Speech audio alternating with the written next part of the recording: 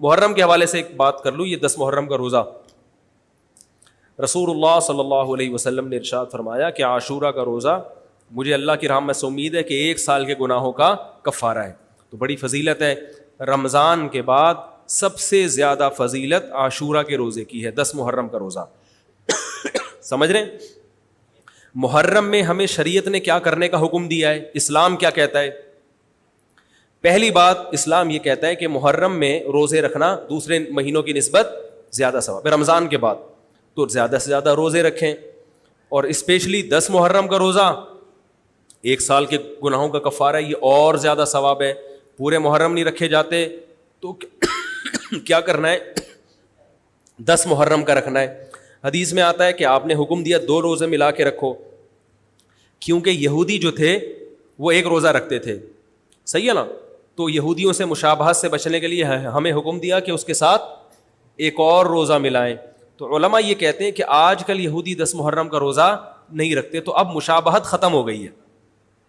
تو اگر کوئی 9, 10 یا 10, 11 کا رکھ لے تو اچھی بات ہے, نہیں تو صرف 10 محرم کا بھی رکھ لے تو بھی انشاءاللہ پورا ثواب ملے گا, کیونکہ اب اس میں مشابہت رہی نہیں ہے. سمجھ رہے ہیں کہ نہیں سمجھ رہے؟ یہ کرنے کا کام ہے. دوسرا کام, محرم میں گناہ دوسرے مہینوں کی نسبت زیادہ, اس کی قباحت زیادہ بڑھ جاتی ہے, کیونکہ 4 مہینے محترم ہیں, شوال, ذیقات, ذیلحج اور ذیقعدہ, ذیلحجہ, محرم اور رجب. یہ 4 مہینے جو ہیں اسلام میں اشہر حرم کہلاتے ہیں. قرآن کہہ رہا ہے فلا تظلموا فیہن انفسکم, اس میں اپنی جانوں پہ ظلم مت کرو. یہ ماتم کرنا بھی تو ظلم ہے نا اپنی جان پہ. تو اللہ نے فرمایا ان 4 مہینوں میں اپنی جان پہ ظلم مت کرو. کسی بھی طرح سے ظلم ہو, جسمانی ظلم ہو, روحانی ظلم ہو. جسمانی ظلم ماتم کر کے بھی ہو سکتا ہے, اور انگاروں پہ چل کے بھی ہو سکتا ہے, اپنے آپ کو پیٹ کے بھی ہو سکتا ہے. روحانی ظلم کیا ہے؟ گناہ کر کا. تو نہ گناہ کرنے کی اجازت, نہ کسی اور طرح سے. عام مہینوں میں بھی ظلم کی اجازت نہیں ہے, نہ اپنے اوپر اور نہ کسی اور پر. تو ان 4 مہینوں میں ظلم کی نوعیت بڑھ جاتی ہے. سمجھ رہے ہیں؟ یہ ایک محرم کی فضیلت ہے اسلام میں.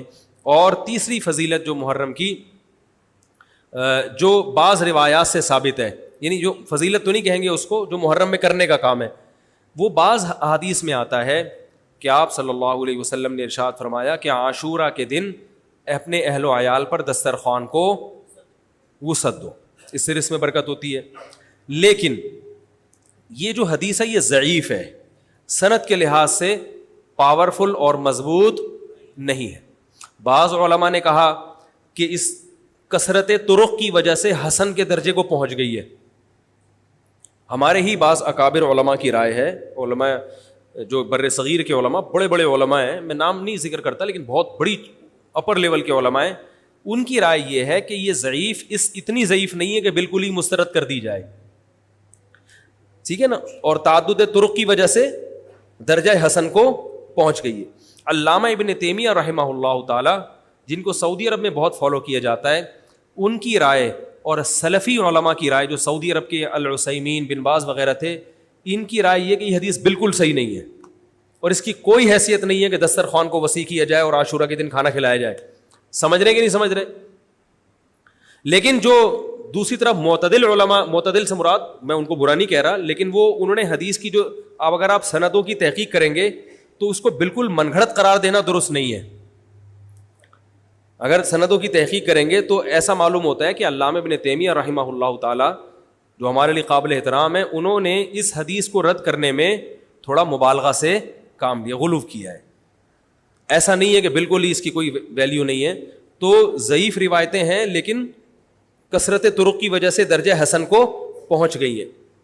سمجھ رہے کہ نہیں سمجھ رہے؟ اس وجہ سے بعض علماء کی رائے, بلکہ اکثر, بلکہ جمہور کی رائے یہی ہے کہ محرم میں اگر کوئی اپنے بچوں کو جمع کر کے اچھا کھانا کھلا دیتا ہے 10 محرم کو, اور یہ حلیم شاید یہیں سے نکلا ہے, میں شاید یہیں سے نکلا ہے کہ یوں وہ اچھا کھانا ہو جائے گا, تو وہ کہتے ہیں کوئی حرج نہیں ہے. لیکن ایک بات جو دوسرے علماء کہتے ہیں, جو میری بھی سمجھ میں آتا ہے, بلکہ میں نے پہلے کہیں پڑھا تو نہیں, میرا دماغ اس طرف گیا, لیکن اس کی تائید میں علماء کے فتاوی مل گئے.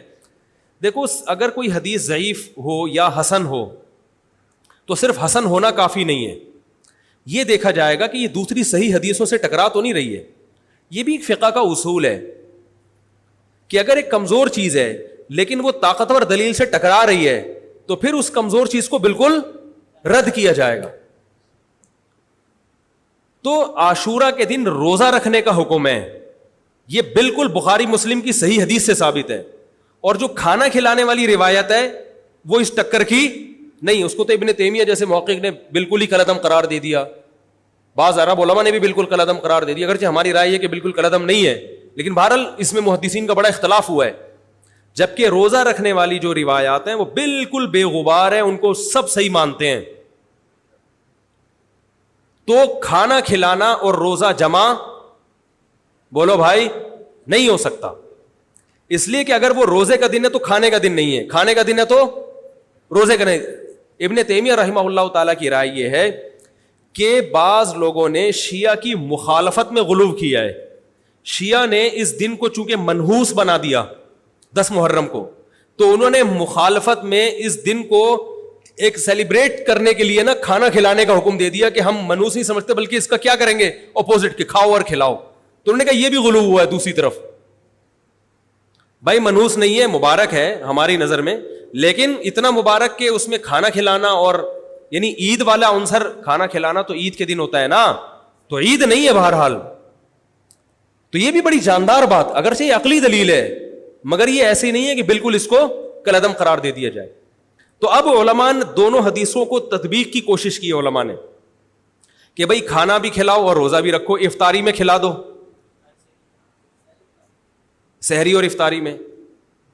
تو بات یہ ہے کہ افطاری میں اگر آپ کھلائیں گے تو وہ 11 محرم شروع ہو چکی ہوگی، وہ 10 محرم بولو بھائی نہیں رہے گی.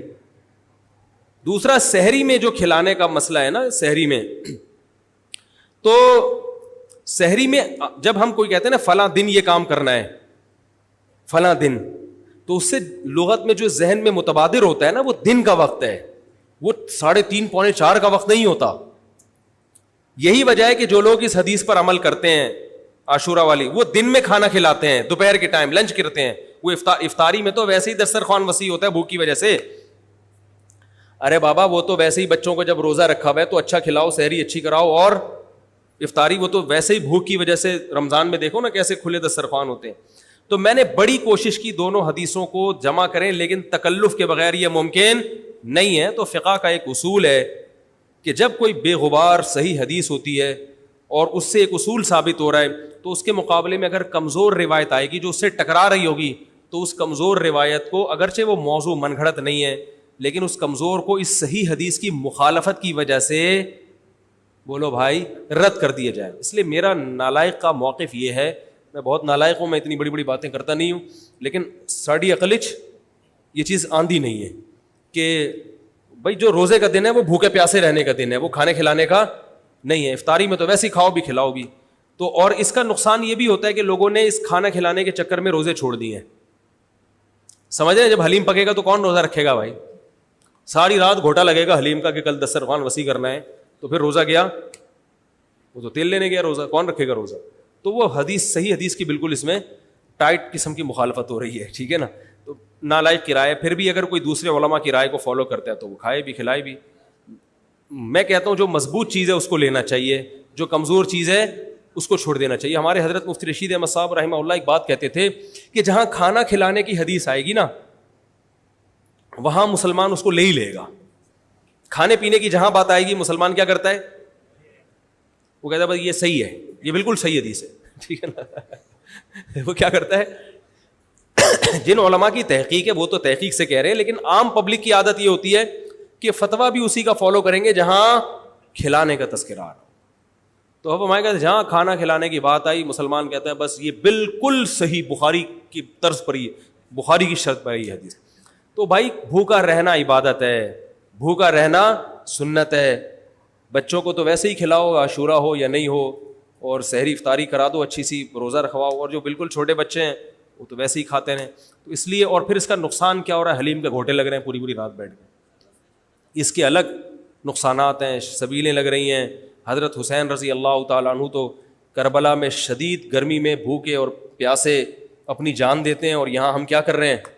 کھانا کھا رہے ہیں، دیگیں پکا رہے ہیں، شربت پی رہے ہیں. تو یہ بات عقل میں آنے والی نہیں ہے. تو عاشورہ کے دن کی مناسبت سے روزہ ہی ہے، وہ روزہ رکھنے کا دن ہے. اللہ تعالیٰ عمل کی توفیق عطا فرمائے.